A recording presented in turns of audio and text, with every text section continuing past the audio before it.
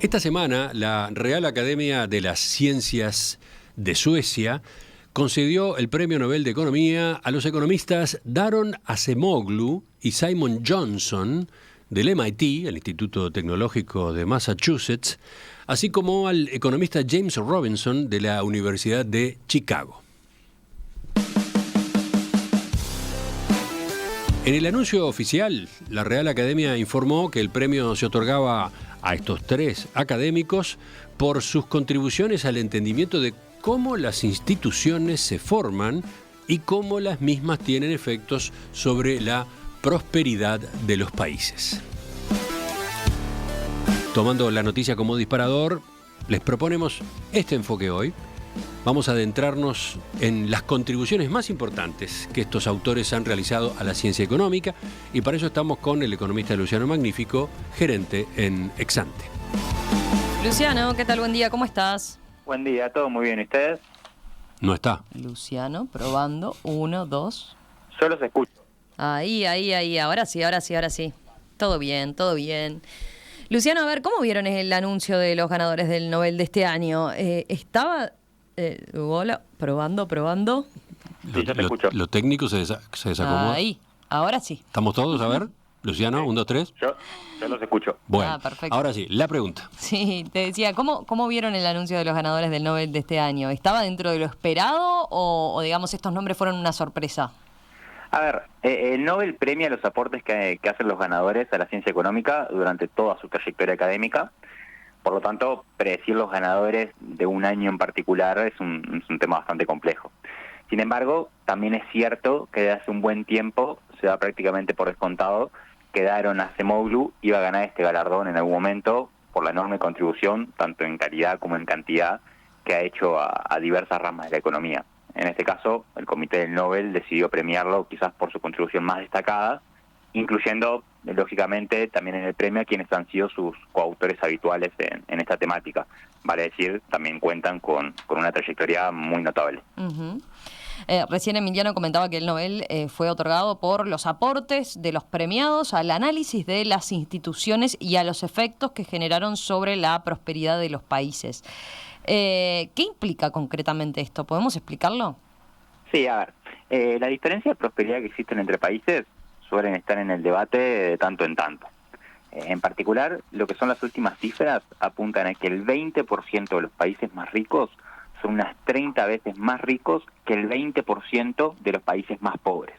A su vez, esa brecha ha mostrado bastante persistencia a lo largo del tiempo, más allá de que los países más pobres hayan mejorado respecto a su propia historia. Entonces, estos son datos que en mayor o en menor medida los economistas solemos manejar, pero lo que no es trivial son las razones que están por detrás de esta realidad. Entonces, una de las grandes contribuciones de los tres galardonados de este año es la construcción, si se quiere, de una posible narrativa a esta persistente brecha que existe en la riqueza de los países. Entonces, en concreto, lo que estos autores plantean es que las diferencias que existen a nivel de las instituciones juegan un rol fundamental para explicar luego las diferencias en términos de prosperidad.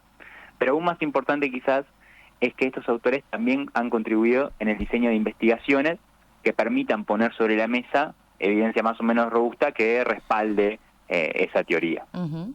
Sí, a ver, que las instituciones y el desarrollo que alcanzan los países está relacionado, parecería algo intuitivo, ¿no?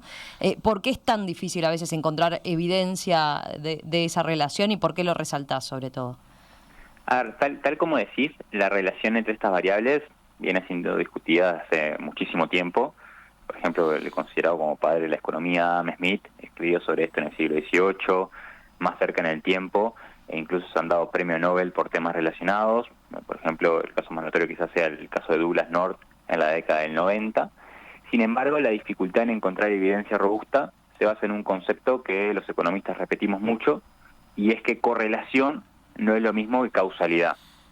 La existencia de correlación entre dos variables implica que el comportamiento de una variable está asociado de algún modo al comportamiento de otra variable. Eso es correlación.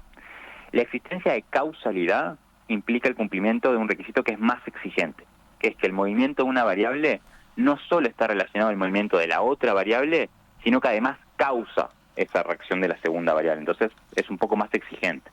Si vamos al ejemplo concreto que estamos considerando, la relación que existe entre las instituciones de una sociedad y la prosperidad de ese país no significa de por sí que la fortaleza de las instituciones sea lo que cause la mayor prosperidad. Por ejemplo, podríamos tener otras variables que ayuden a explicar las diferencias en prosperidad entre países, además de las instituciones.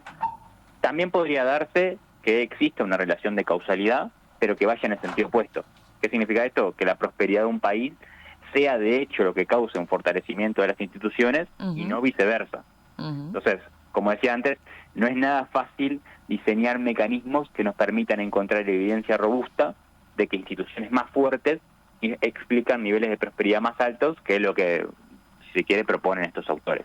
¿Y cómo hicieron estos autores para sortear esas dificultades y aportar evidencia de esta conexión entre prosperidad y calidad institucional?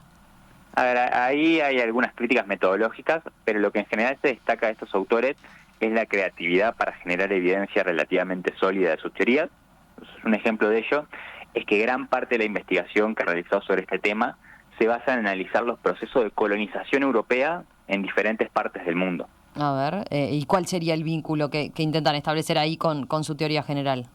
Bueno, ellos proponen que la prosperidad que ostentan los territorios que fueron colonias europeas está condicionada por los distintos sistemas económicos, políticos que los colonizadores introdujeron en aquel momento.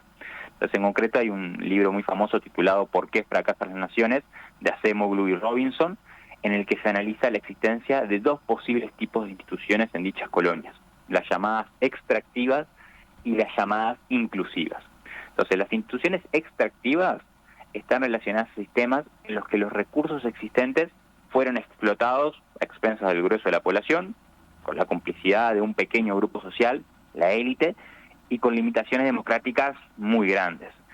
Este tipo de sistemas extractivos se desarrolló en aquellos territorios que estaban más densamente poblados por pueblos autóctonos, en los que los niveles de hostilidad hacia los colonos eran presumiblemente más grandes, y eso previno de alguna forma una inmigración masiva de estos colonos a esos territorios. Por su parte, las instituciones inclusivas están asociadas con el desarrollo de esquemas democráticos en los cuales los derechos políticos están bastante extendidos en la sociedad.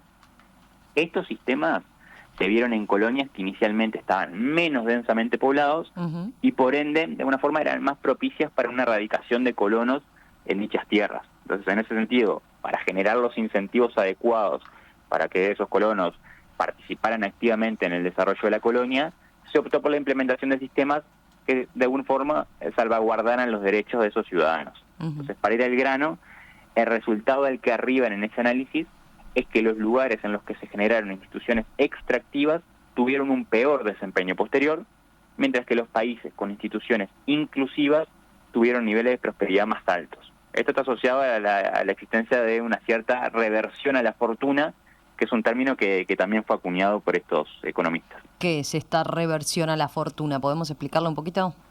Sí, básicamente implica que las colonias que eran inicialmente más ricas y por ende estaban más densamente pobladas en aquel entonces, hoy en día son relativamente más pobres. Por ejemplo, un caso claro ahí es la zona donde se encontraba el Imperio Azteca.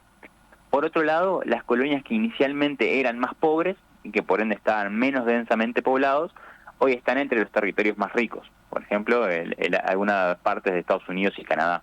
Entonces, como dijimos antes, las condiciones iniciales influyeron en el tipo de instituciones que fueron promovidas en cada lugar, afectando con eso luego la trayectoria posterior de prosperidad. Entonces, más allá de los procesos de colonización europeos, estos autores también intentaron tomar casos de estudio más actuales que abonaran a su teoría de la importancia de las instituciones en el desarrollo de los países. A ver, ¿podemos repasar algunos de esos ejemplos? Sí, quizás el ejemplo más conocido es en que uno de sus trabajos tomaron como referencia Nogales, que es una ciudad en la frontera entre México y Estados Unidos, que tiene la particularidad de estar dividida aproximadamente a la mitad, un 50% en territorio mexicano y un 50% en territorio estadounidense. En ese caso es claro que no hay diferencias geográficas, porque están al lado, y además los habitantes de ambas partes de la ciudad tienen ancestros comunes, por lo cual tampoco habría mayores diferencias culturales.